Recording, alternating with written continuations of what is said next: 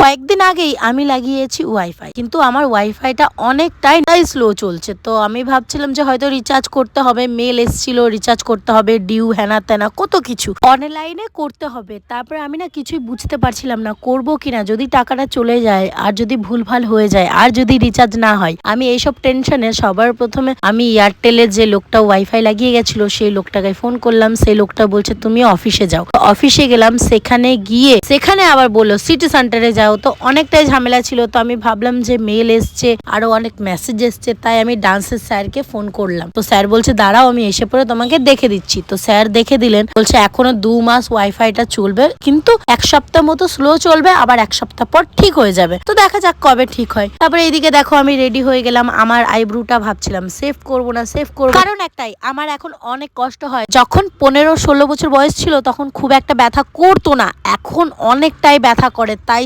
সেই লাস্ট আমি আইব্রো করেছিলাম দুর্গাপুজোর আগে। আর এখন দেখো সরস্বতী পুজোর আগের দিন আমি আইব্রো করছি। কালকে সরস্বতী পুজো, আর সরস্বতী পুজোর দিনই আমি এই ব্লগটা আপলোড করব। তো জানো আমি এইখানে আইব্রো করতে এসেছিলাম, এখানে অন্য একটা মেয়ের কাছে আইব্রো করতে, আজকে একটা নতুন মেয়ের কাছে আমি আইব্রোটা করলাম। আমি ভাবতে পারিনি এতটা সুন্দর করবে। যখনই আমি নতুন কোনো হাতে আইব্রোটা করাই না, তখনই আমার না অনেক টেনশন হয়, কেমন করবে, খারাপ করবে না ভালো করবে। না, অনেকটাই ভালো করেছে। সত্যি বলো ভালো করেছি কিনা? আইব্রোটা আগের থেকে এখন ভালো লাগছে আমার মুখটা। সত্যি আইব্রো করলে কিন্তু একটু চেঞ্জ হয়ে যায়, একটু কষ্ট হয়, কিন্তু না, মুখটা তো দেখতে ভালো লাগে, তাই না বলো? তারপর আসার সাথে সাথে ভাবছিলাম একটু সুন্দর সুন্দর রিল শুট করবো, সেই জন্য আমি কাজল দিয়ে আইলাইনার দিয়ে চোখে কাজল লাগাচ্ছি পুরো মোটা করে। প্রথমে তো আমার অনেকটাই টাইম লেগে গেছে কাজলটা পড়তে, আইলাইনারটা পড়তে। তোমরা লাস্ট অব্দি ভিডিওটা দেখো তাহলেই বুঝতে পারবে। একবার ঠিকঠাক একটা চোখে লাগালে জানো পরের চোখটা খারাপ হবেই, জানি না কেন। তোমাদের সাথে কি এমনটা হয়? তাহলে কমেন্ট করে জানিও। ইউটিউবে ফেসবুকে কত ভিডিও দেখি, ওরা কত